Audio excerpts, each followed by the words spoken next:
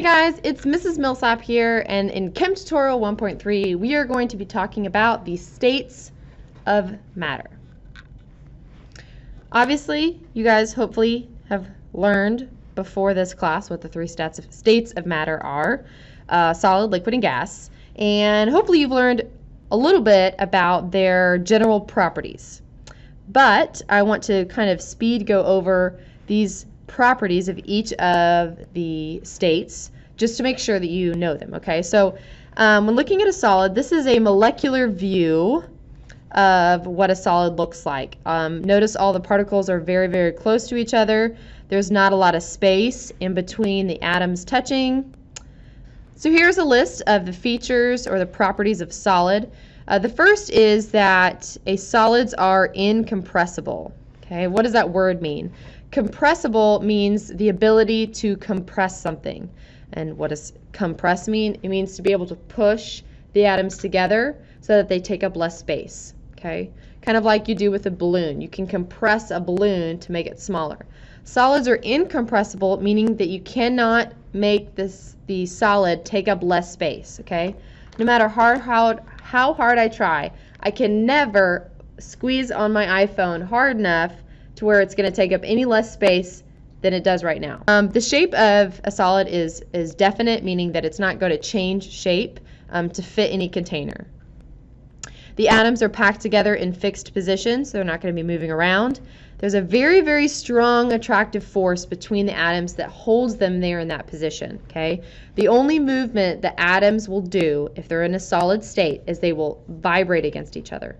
But ultimately, they're not going to be moving around. They're going to stay in their fixed position because they're strongly attracted to each other, and the only thing they would be doing would be slowly vibrating. Okay? Some additional properties that we can have in solids is we can describe them as being malleable. Malleability is the ability to bend or shape a metal. Okay? This property is specific only to metals. Okay, we describe their malleability because they can be hammered and shaped without breaking. For example, like gold jewelry, lead bullets, aluminum sheets. All those are very malleable because you can move them, hammer them without breaking them. Another property that we use to describe solids is ductility. And again, ductility is something we only use to describe metals. Okay. And ductility tells you the ability of a solid to be pulled into a wire. So some things that are very ductile would be like copper wire. Also, the word luster is used to describe solids. Again, it's usually used towards metals, but you can use luster to describe anything. It's essentially shininess. So some particular metals that are very lustrous would be platinum, silver, and gold. Brittleness is another term we use to describe solids. That just means how easily it will break or shatter. For example, ceramics, glass, or slate. And then now let's talk about liquids and their properties. Notice the molecular view of the atoms in a liquid are very different. They're not connected as closely, and there's more space in between each of the atoms. Liquids are, like solids, incompressible, meaning if I take the water in my water bottle, I can never squeeze on the water enough to where it would take up less space. Okay? Water will always take up the amount of space that it has. Okay? So we can't like make the water itself any smaller by pressing on it, by compressing it. But the shape has an indefinite shape, and that's different from solids in that the liquid will obviously fill the container that it takes. The atoms are very close together in the liquid.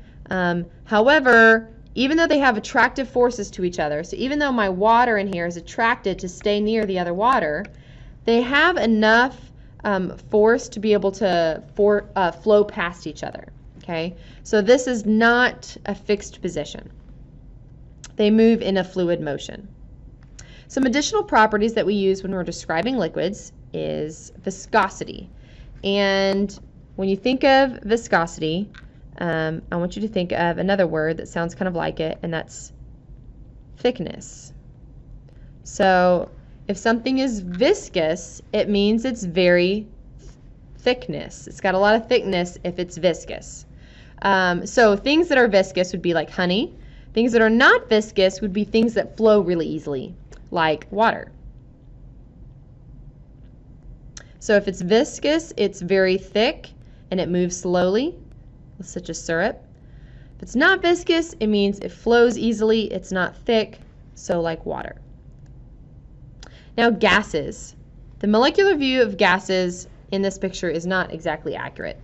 Gases are incredibly far apart from each other. They're never this close, but I wanted to show one more than just one molecule in the picture, so that's why I put two there. But gases are incredibly far apart. The atoms are very far apart, and they have lots of energy. So they're moving very quickly in different directions, and they have very little attractive force to pull them next to each other. So gas atoms never touch. They're always moving past each other very quickly. This gives gases an indefinite shape, meaning they can fill any container they're in, top to bottom, okay? The cool thing about gases that you don't have about liquids and solids is that gases can be compressible, okay? So if I have air in a balloon, I can squeeze the air to take up less space. The air inside now has a lot of pressure, but it has less volume because I can squeeze the air into a smaller space. So we can compress or press on gases to take up less space.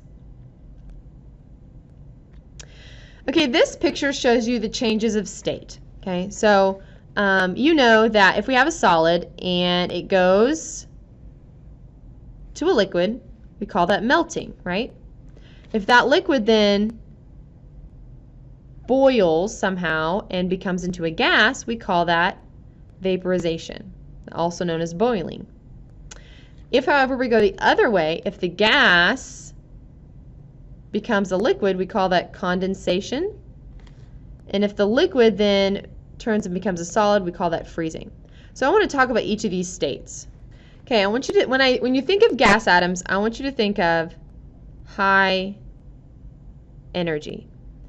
Gases have particles that are very far apart, but they move very, very quickly. Okay, so these are each gas particles. They move very, very quickly.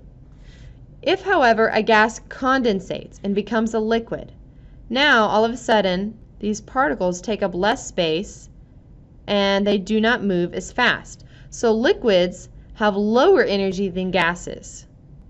If this liquid then freezes and becomes a solid, all of these particles are right next to each other. They don't move. They're in a fixed position. All they do is vibrate. So solids have the lowest energy. That's supposed to say energy, sorry. So if a gas becomes a liquid, if it's going this way, gas becomes a liquid, that means it's going to be gaining energy. I'm going to try to write that here. Gaining energy. If a liquid becomes a gas, it's also gaining energy. However, if we go the opposite way, if the gas condensates, it's losing energy. And if the liquid becomes a solid, it's also losing energy. The last thing I want to talk about is density. Density relates to mass, in that density is a description of how much mass is in a particular volume. How much mass is in a particular volume. Something with high density has lots of particles that are packed very, very tightly together, and there's not a lot of space in between them. Low density means we don't have a lot of particles, so they're packed loosely and there's more space in between the particles. Okay, so something that has low density means that it's going to be lighter, and something that has a higher density means it's going to be heavier. Okay, so part of the difference between like a bowling ball and a basketball is that a basketball has a bunch of air inside, and air is gas particles, right, with a huge amount of space.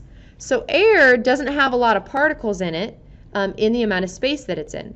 But a bowling ball is made up of a substance that is a solid, which means there's particles in almost every inch of space inside of that bowling ball. So it's much heavier because it's more dense.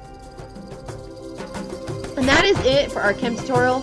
1.3 on states of matter. You may now begin working on the skill check and continue being awesome. Bye!